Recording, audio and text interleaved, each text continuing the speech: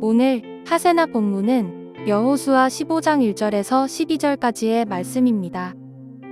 유다 자손 지파에게 가문을 따라 제비를 뽑아서 나누어 준 땅은 다음과 같다.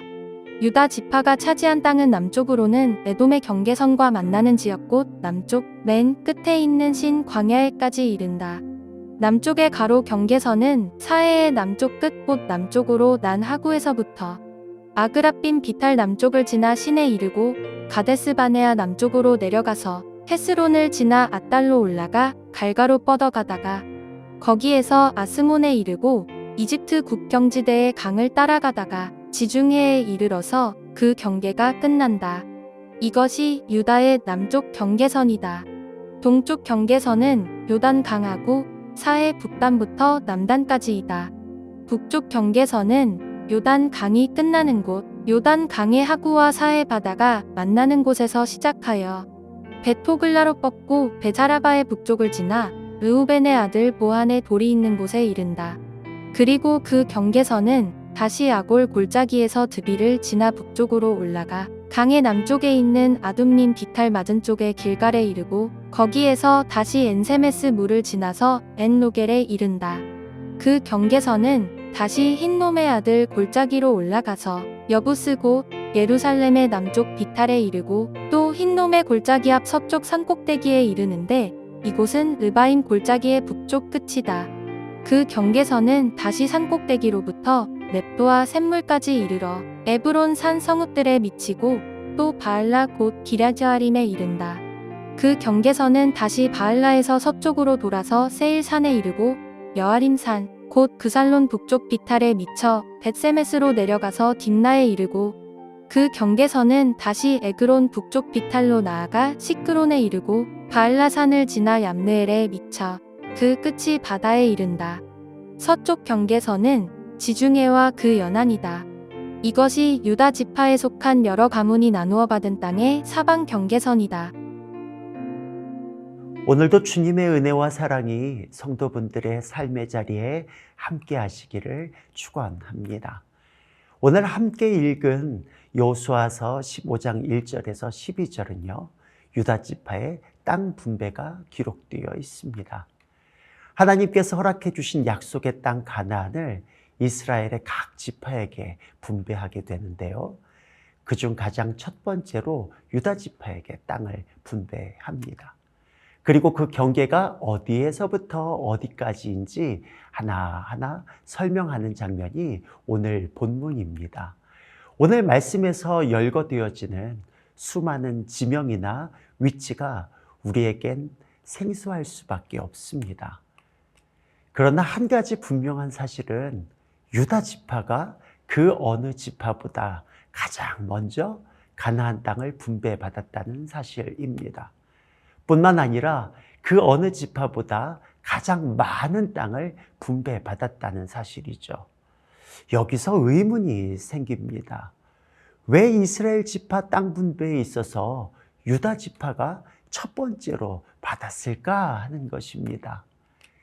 유다는 르우벤과 시므온과 레위에 이어서 야곱의 네 번째 아들이었습니다. 창세기 49장에 보면 야곱이 각 아들들에게 유언으로 남긴 마지막 축복 기도에서도 유다는 네 번째로 언급되고 있는 것을 보게 됩니다.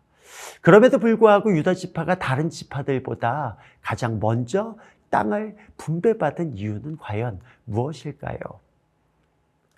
그것은 유다가 이스라엘 역사 속에서 차지하는 비중이 그만큼 크기 때문입니다. 유다의 위치 상승은 바로 위로 세 형들이 저지른 크나큰 잘못들이 그 배경에 깔려 있습니다. 장자였던 르우벤은 아버지의 후처였던 빌하와 동침하는 일이 있었습니다. 그리고 시므온과 레위는 세겜에서 하몰과 그의 아들 세겜을 죽이는 일로 말미암아 야곱을 곤경에 빠뜨린 적이 있었죠. 야곱의 마지막 유언 기도 속에 그대로 반영되어 있는 이들의 잘못은 호된 책망은 물론이고 이들 자손들이 겪게 될 불행한 운명과도 연결되어 있습니다. 근데 그와는 대조적으로 유다에게는 그의 후손 중에서 이스라엘을 다스릴 왕이 나오게 될 것이다라고 축복이 약속되어 있었습니다.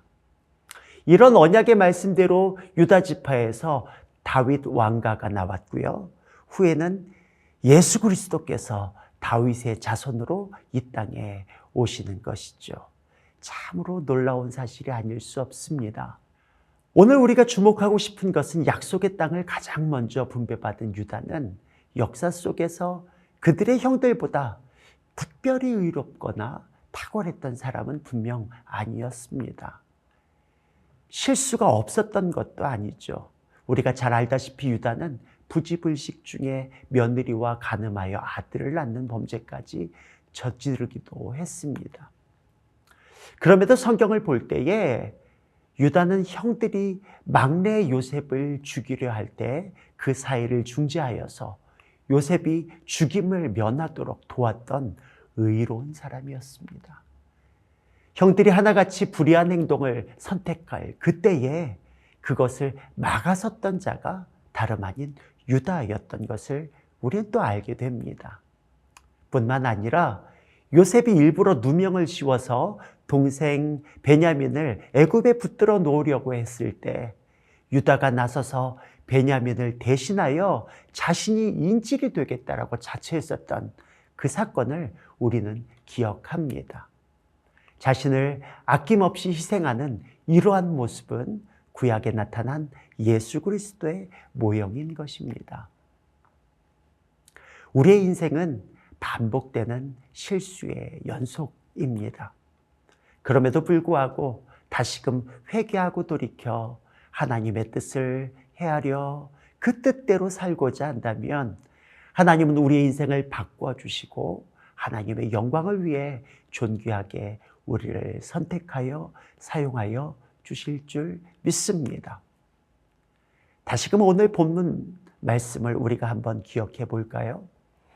유다 지파는 12지파 중 가장 먼저 그리고 가장 넓은 땅, 가장 많은 120여 개의 성읍을 기업으로 받게 되었습니다.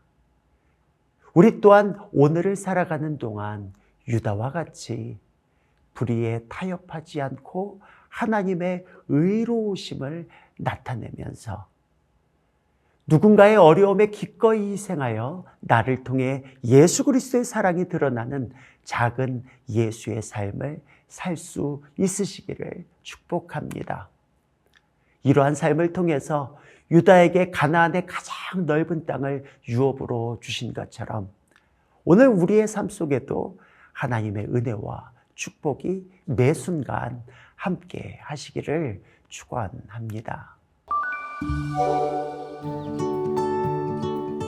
오늘의 하시전은 중보기도 사역부를 위해 기도하는 것입니다. 중보기도를 통해 일하시는 하나님의 손길을 경험하는 기도자들이 될 수 있도록 함께 기도해 주세요. 오늘의 하시죠. 함께 하시죠.